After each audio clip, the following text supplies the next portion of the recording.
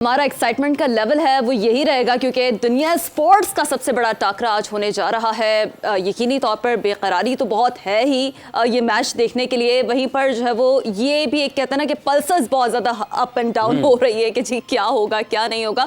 लेकिन इससे पहले शायकीन क्रिकेट का जोशो खरोश तो उरूज पर है ही, लेकिन ये भी बहुत मैटर करता है कि खिलाड़ियों की बॉडी लैंग्वेज कैसी है, उनका जो मोराल है वो कैसा है, कॉन्फिडेंस लेवल कैसा है। तो मेरा ख्याल है कि सवेरा पाशा की जानिब चलते हैं, जिन्होंने अब से कुछ ही देर पहले जो पाकिस्तानी क्रिकेट टीम का ट्रेनिंग कैंप है उसके बाहर वो मौजूद थी और बाकायदा उन्होंने उनके ट्रेनिंग सेशन के दौरान जो खिलाड़ियों का एक लेवल ऑफ कॉन्फिडेंस है, जो प्रैक्टिस सेशन कैसा रहा है और कौन कौन खिलाड़ी किस किस लेवल पर परफॉर्म करने की कोशिश कर रहा है, इस हवाले से उन्होंने जो है वो इनसाइट्स लेकर आई हमारे लिए। नाज़रीन को दिखाते हैं।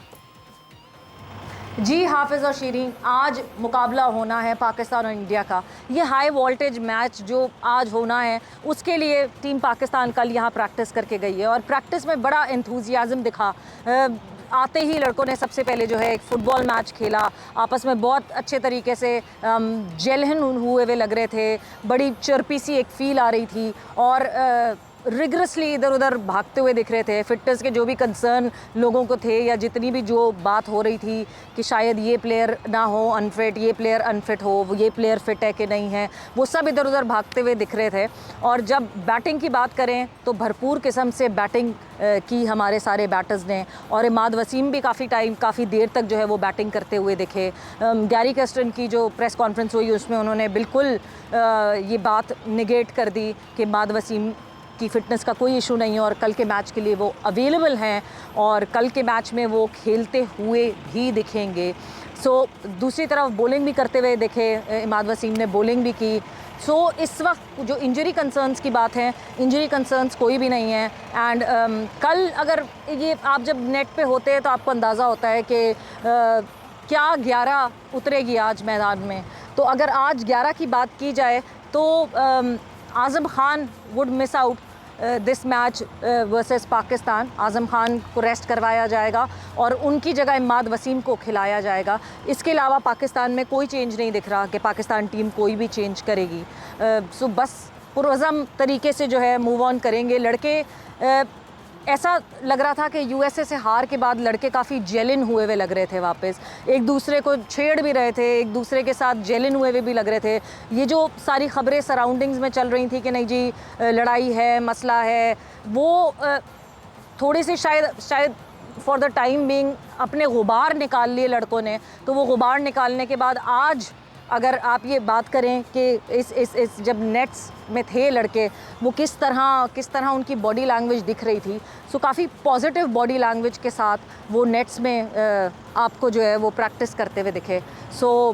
लेट्स सी कि आज के मुकाबले में कैसे टीम पाकिस्तान अपना फुट फॉरवर्ड करती है, किस तरह परफॉर्म करती है, क्योंकि प्रेशर तो होगा ही होगा, मगर उस प्रेशर को किस तरह हैंडल करती है ये देखना। बिल्कुल, प्रेशर तो होगा, उस प्रेशर को हैंडल किस तरह किया जाता है ये देखना बड़ा ज़रूरी है। Thank you Savera for getting this very important insights for us. यकीनी तौर पर ये देखना कि जी क्रिकेटर्स का मोराल कहाँ पर है और बिलखुसूस जो डाउट्स है ना इमरान, कहीं ना कहीं वो बहुत हद तक क्लियर हो गया फिटनेस को लेकर। सुहेल साहब से ही बात करते हैं। जो अभी सवेरा ने बताया कि आज़म खान जो हैं वो इस टीम का आज प्लेइंग 11 का हिस्सा नहीं हो सकते। इमाद वसीम के हवाले से ये क्लियर किया सवेरा ने, हमें वहाँ से अपडेट किया है कि वो फिट हैं और आज के मैच के लिए दस्तयाब होंगे।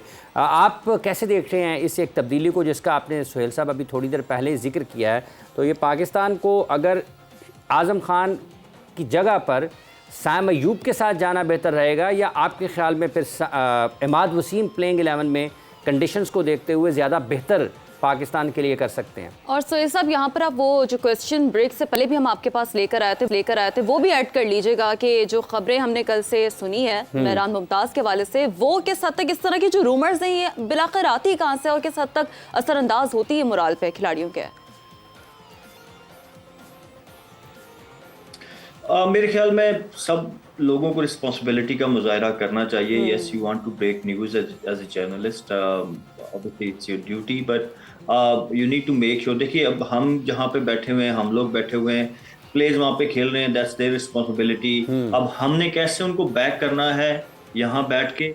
ठीक है, कोई न्यूज़ है तो आप ज़रूर दें, but try to be positive, और कोई फॉल्स न्यूज़ बाहर नहीं आनी चाहिए वो, क्योंकि आजकल सोशल मीडिया का दौर है, आपको पता है, सेकंड्स लगते हैं, न्यूज़ एक जगह से पूरी दुनिया में फैल जाती है। तो ऐसी न्यूज़ जिसका कोई वजूद ही ना हो, वो ऑब्वियसली मोरल प्लेयर्स का तो खैर सच, मतलब इंजरी का, अब अगर मेरे बारे में, मैं प्लेयर हूँ, मेरे बारे में कोई बात आ रही है लेकिन मुझे पता है कि मैं फिट हूँ, तो मुझे तो शायद कहीं पे वो हर्ट नहीं करेगी, बट वैसे ही खामखा की एक डिबेट, अब कल हमने भी इसके ऊपर डिबेट की, I am sure her channel पे डिबेट हुई होगी, तो एक खामखा का अननेसेसरी जो है वो एक डिबेट शुरू हो जाती है, जिसको अवॉइड किया जा सकता है, और ये हम सब की रिस्पॉन्सिबिलिटी है, जितने लोग भी, इंक्लूडिंग जो जर्नलिस्ट हैं, इंक्लूडिंग जो हम लोग एज ए एक्सपर्ट बैठे हुए हैं, कि we need to make sure before breaking any news के वो सही है। बाकी जो चेंज की आप बात कर रहे हैं, तो obviously it was highly likely कि इमाद, क्योंकि मैंने पहले भी कहा कि पिछली लास्ट 2-3 सीरीज में हमारे मेन स्पिनर का रोल उन्होंने प्ले किया है, एंड देन जो वैल्यू ऐड करते हैं with bat at number 6, number 7 और 8, तो वो ऑब्वियसली उनको ज़रूर खिलाना चाहिए। अनफॉर्चुनेटली वो मिस आउट हुए बिकॉज ऑफ इंजरी, तो उसकी आने से पाकिस्तान की दोनों departments in middle over bowling और लोअर मिडल ऑर्डर बैटिंग जो है वो स्ट्रेंथन होगी, ऑब्वियसली कैप्टन को कॉन्फिडेंस मिलेगा, और स्पेशली इस पिच के ऊपर, क्योंकि यहाँ पे जो स्पिनर्स हैं जो छोड़ के बॉल कर रहे हैं न्यूयॉर्क में, वो इतना ज़्यादा उनको हेल्प नहीं मिल, जितना आप पेस के साथ यहाँ पे बॉल करते हैं उतना ही मुश्किल हो रहा है। इवन स्पिनर्स जो इन टू द पिच बॉलिंग करते हैं वो मुश्किल क्रिएट कर रहे हैं बैटर्स के लिए, तो आई थिंक इमाद का आना इज़ अ वेरी हेल्दी और पॉजिटिव साइन, और हमारा टीम का जो कॉम्बिनेशन है वो और स्ट्रेंथन होगा।